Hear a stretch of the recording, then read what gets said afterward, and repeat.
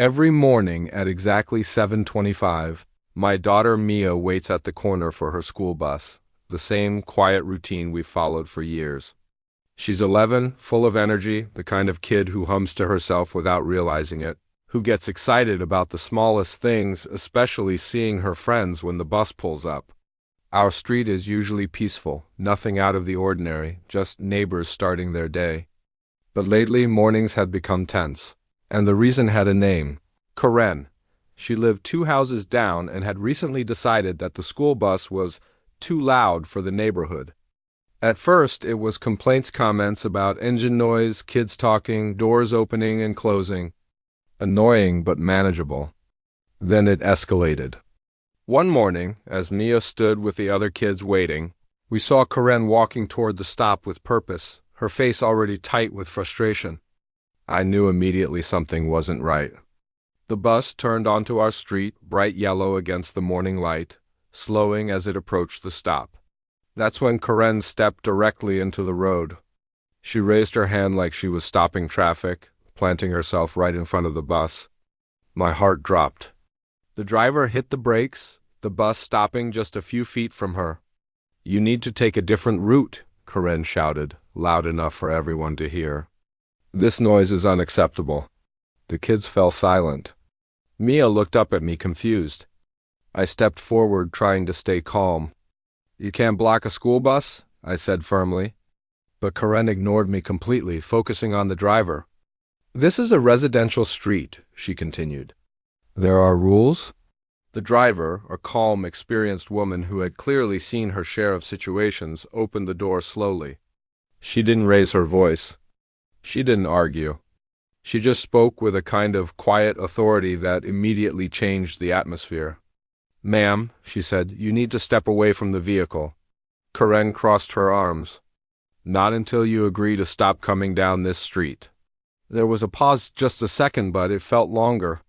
The driver looked at her, then at the kids waiting, then back at Karen, and then she said something that shut everything down instantly.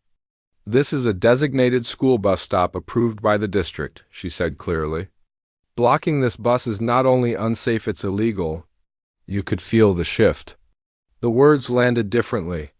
Karen's confidence flickered just slightly, but she wasn't ready to back down yet. "I'm with the HOA," she said, as if that explained everything. The driver didn't react the way Karen expected. She didn't argue. She reached for her radio. "Dispatch," she said calmly. "I have an individual obstructing a school bus route and preventing student pickup." That was the moment everything changed. Karen's posture stiffened. The reality of the situation started to sink in. Meanwhile, a few neighbors had stepped outside, drawn by the commotion. Phones came out. People were watching. The kids were still waiting, unsure, quiet. Mia held my hand a little tighter. "It's okay," I whispered to her, even though my own heart was racing. Within minutes, a district supervisor vehicle pulled up behind the bus, followed shortly by local authorities. The scene that Karen thought she controlled was now completely out of her hands. The official spoke to the driver first, then to witnesses, and finally to Karen. She tried to explain, to frame it as a noise complaint, but it didn't hold. "You can't block a school bus? Not for noise. Not for preference. Not for anything." The tone shifted quickly. What started as her trying to enforce control turned into her being told, very clearly, that her actions were dangerous and unacceptable. The bus driver stayed calm the entire time, focused on the kids, making sure they were okay. And when everything was finally cleared, she turned back to them with a small, reassuring smile. "All right," she said gently. "Let's get you to school." The tension broke instantly. Kids started moving again, climbing onto the bus, the normal rhythm returning. Mia looked back at me before stepping on, and I gave her a nod. She smiled small, but real, and got on. As the bus pulled away, I stood there for a moment, watching it disappear down the street. Karen was still there, but she wasn't the same.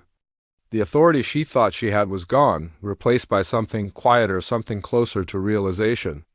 Over the next few days, things changed. There were no more complaints, no more confrontations. The mornings went back to what they were supposed to be: simple, routine, safe. And every time that bus pulled up, I couldn't help but think about that moment. Karen thought she could stop something bigger than herself. But sometimes all it takes is one calm voice. One person who knows exactly where the line is to remind everyone how things really work.